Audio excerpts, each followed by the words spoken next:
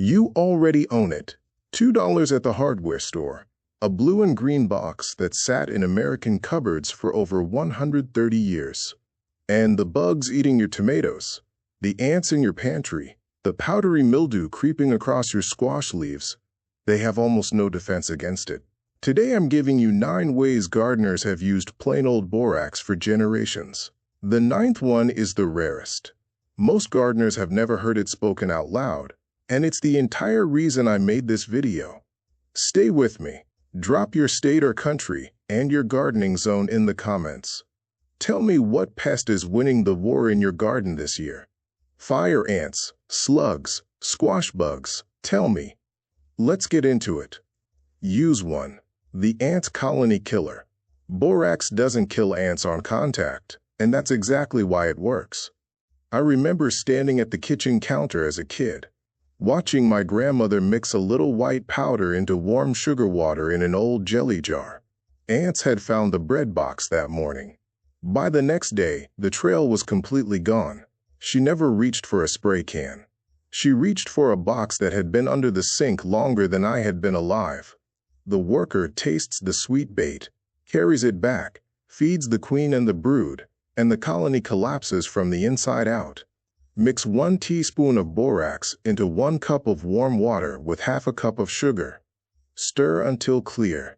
Soak cotton balls in it and set them directly on the ant trail. Don't spray the trail. Don't kill the scouts. You want them carrying it home.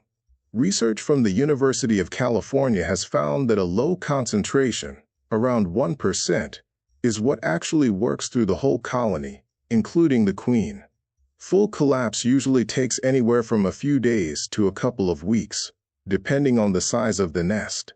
Most gardeners give up on bait stations after 4 or 5 days because they don't see dead ants piling up the way a spray promises.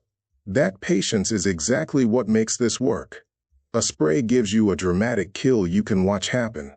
Bait gives you a quiet collapse you only notice once the trail simply stops coming back. Use 2. Slugs and snails. If you grow hostas, lettuce, or strawberries, you know the slime trail and the holes by morning. Borax pulls moisture out of a slug's soft body the same way salt does, but without poisoning your soil the way heavy salt application will. Sprinkle a thin, dry ring, about ½ an inch wide, around the base of the plant. Keep it off the leaves and stem. Refresh after heavy rain. Use 3. Powdery mildew on squash, cucumbers, and zinnias. That gray-white dust spreading across your leaves faster than you can pick it off. Mix 1 teaspoon of borax and 1 tablespoon of cooking oil into 1 gallon of water. Shake hard. Spray the tops and undersides of affected leaves early in the morning before sun hits them. This is one to use carefully.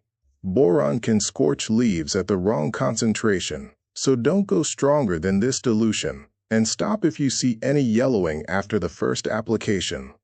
Done correctly, 3 applications, 4 days apart, and squash vines you are ready to pull out start producing again. Zones 3 through 6, mildew pressure peaks in July and August. Zones 7 through 11, watch for it as early as June. If this is changing how you think about that $2 box under your sink, hit that subscribe button. I share methods like this every single week. Use 4. Boron deficiency, the one almost nobody thinks to blame. You feed your tomatoes all season, they flower beautifully, and then the fruit comes in cracked. Or your cauliflower heads brown in the middle, or your beets turn corky and tough. Most gardeners reach for more fertilizer when this happens, and it does nothing. Because the problem isn't nitrogen, it's a missing micronutrient most fertilizers don't even contain.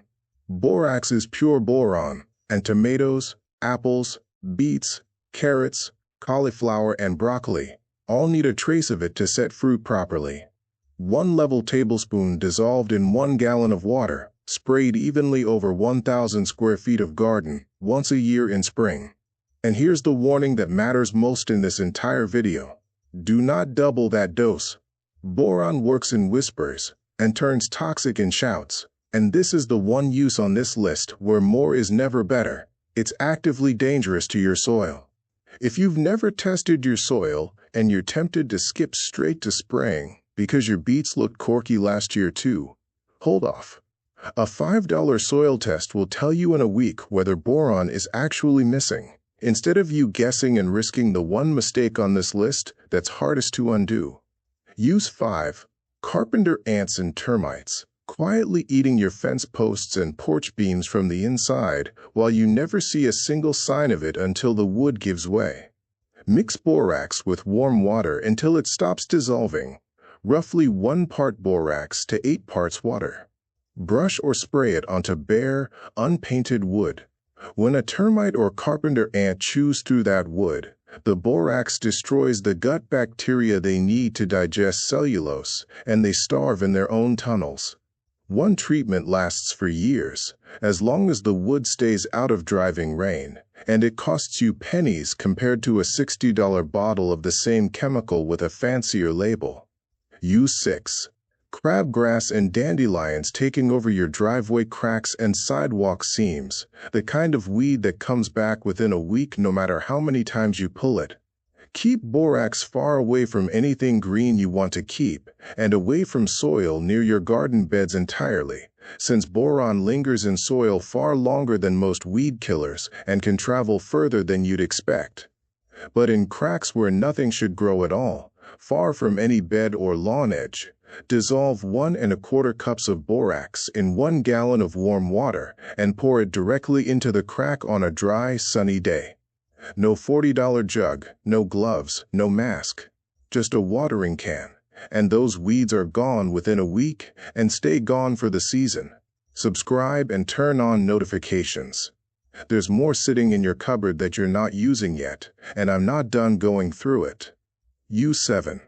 Mice working their way into your shed or chicken coop, getting into feed bins faster than you can keep them sealed. Borax won't kill mice quickly, and I want to be honest about that. This isn't the use for an active infestation. But mice won't cross a heavy line of it, the same way they avoid a line of steel wool. Sprinkle a generous band across the shed threshold and around feed bins.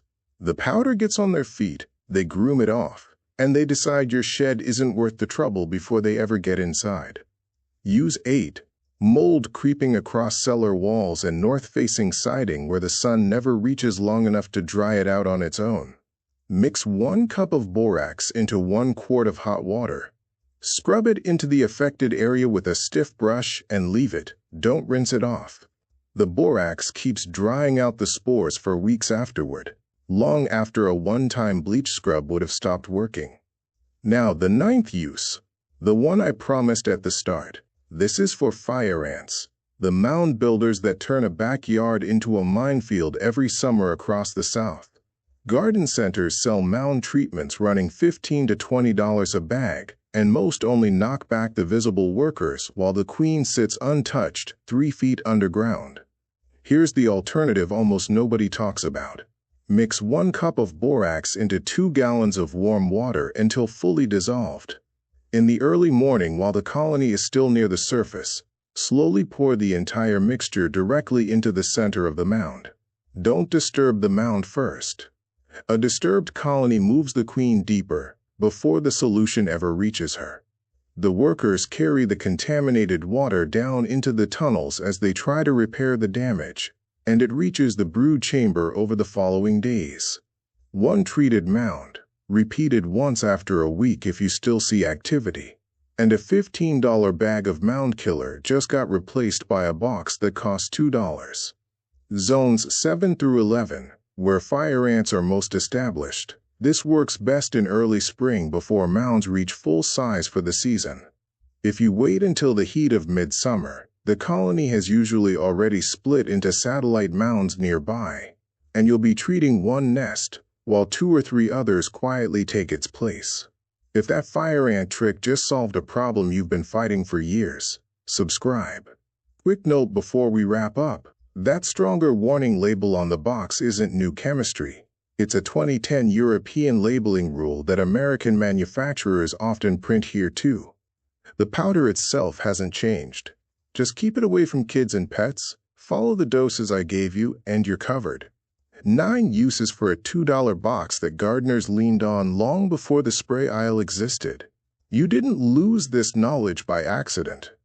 It simply stopped being profitable for anyone to keep teaching it. Have you used Borax before? What pest are you battling right now? Share your wins and your failures in the comments so every gardener here can learn what actually works. Borax handles a lot, but it's not the only tool in a fully organic garden. If you want the bigger picture, the sprays, the companion planting, the soil fixes that handle what Borax doesn't touch, that's everything I cover in my book, Natural Pest and Disease Control, the Plantoria Gardening Guide. Links in the description. This is Plantoria Gardening. Traditional techniques. Real results. No hype. See you in the next one.